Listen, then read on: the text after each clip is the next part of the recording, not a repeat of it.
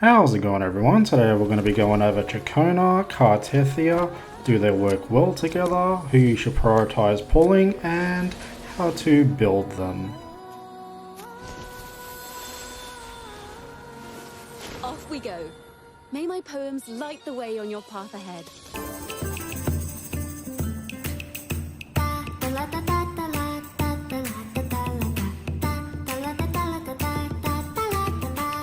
Is Ciaccona worth pulling, is what a lot of people might be wondering. The real question you have to ask is, what kind of team are you looking for? Are you going to invest in an Aero team? Are you going to use Gian, Aero units, Cartethyia? Are you going to invest in an Aero erosion team?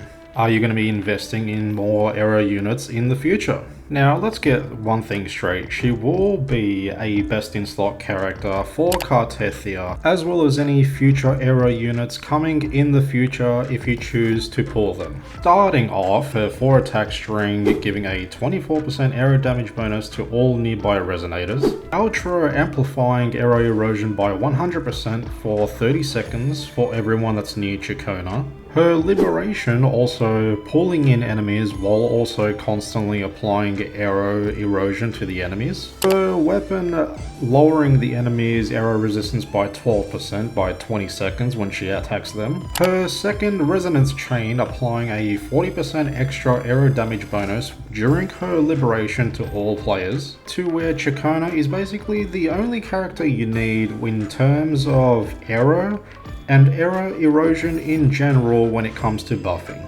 When it comes to characters, no one even comes close to what Ciaccona provides. If you were wanting to invest in an Aero team or Aero team in the future with any future characters coming up, I would highly recommend that you pick her up either now or a rerun, because she will become a staple for Aero units in the future.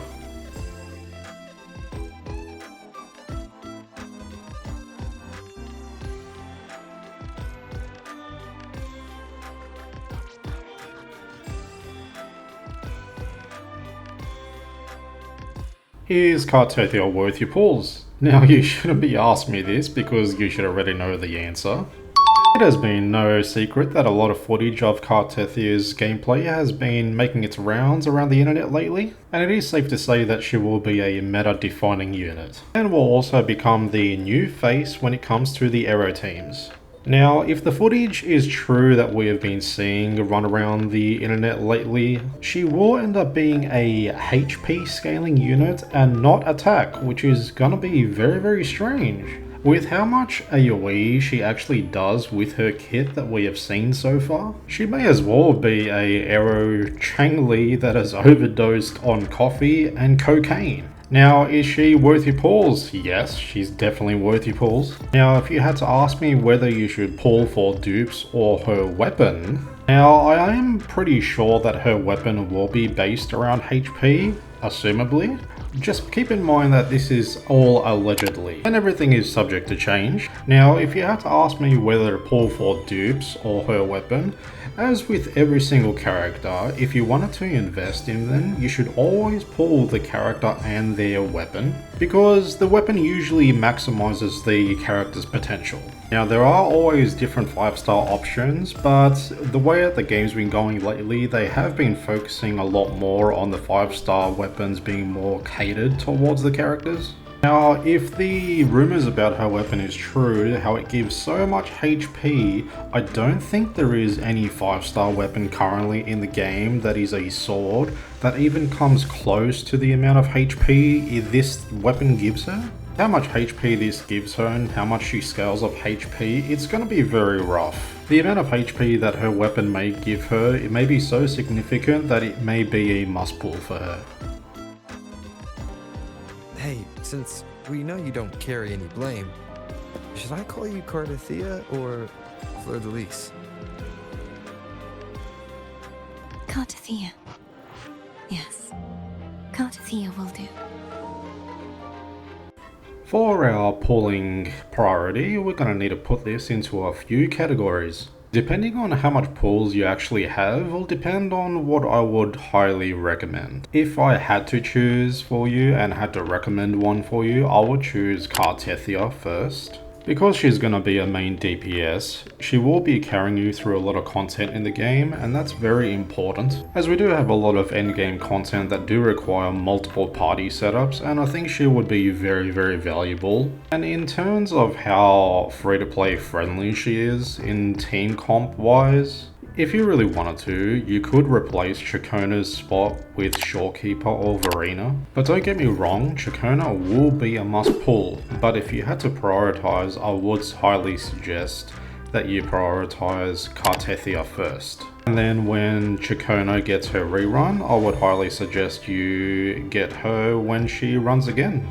If you had the pulls, I would recommend that you get both Ciaccona and Cartethyia. If you had even more pulls, I would highly prioritize getting Ciaccona, her weapon, Cartethyia and her weapon. If you had even more pulls than that to spare, I would highly recommend that you get Ciaccona, her weapon, S2 because of the 40% Aero damage bonus that she gives, and then pull for Cartethyia with her weapon as well. But realistically, we will be looking at just Ciaccona, one copy of Cartethyia, and one copy of Cartethyia's weapon.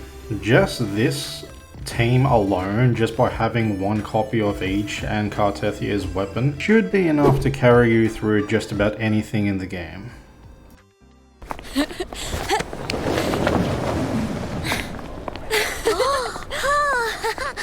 If it isn't our wandering bard. What are we singing today, huh? Something different. Last but not least, we're going to be talking about the echoes real quick. Because Aero Rover doesn't really do too much damage, you want to prioritize getting as much energy regen as possible, even with the cost 3s. Changing them to energy regen would be my recommendation. Prioritize getting at least 130 energy regen for Ciaccona, using 2 Aero cost 3s and a cost 4 that is crit rate. When Cartethyia comes out, I want you to prioritize getting crit rate for a cost 4. Aero damage bonus for one cost 3, HP for the other, and for the cost 1s, I highly recommend HP as she scales off HP. And because we can't technically farm her echoes right now, as she will be using the new set in the new update coming up, and because we can't farm this, make sure you are doing the 1000 gates to farm the Unborn echo boxes, as they update with every echo that comes out. With Cartethyia's substats, you want crit rate, crit damage, HP percentage, energy regen, and liberation bonus if possible. If you are farming the 1000 gates and collecting the Unborn echo boxes, you should be able to get a fully built set for Cartethyia day 1 when she comes out. We'll be doing a showcase with both of these amazing characters when they come out. I hope you're all excited just as much as I am, and until next time, thanks for watching everyone. However thorny the road ahead, we must hold our heads high, for poetry and music shall guide us forward. Let us play the song of hope and witness the sunrise once more. We shall be reborn from the ashes of tragedy.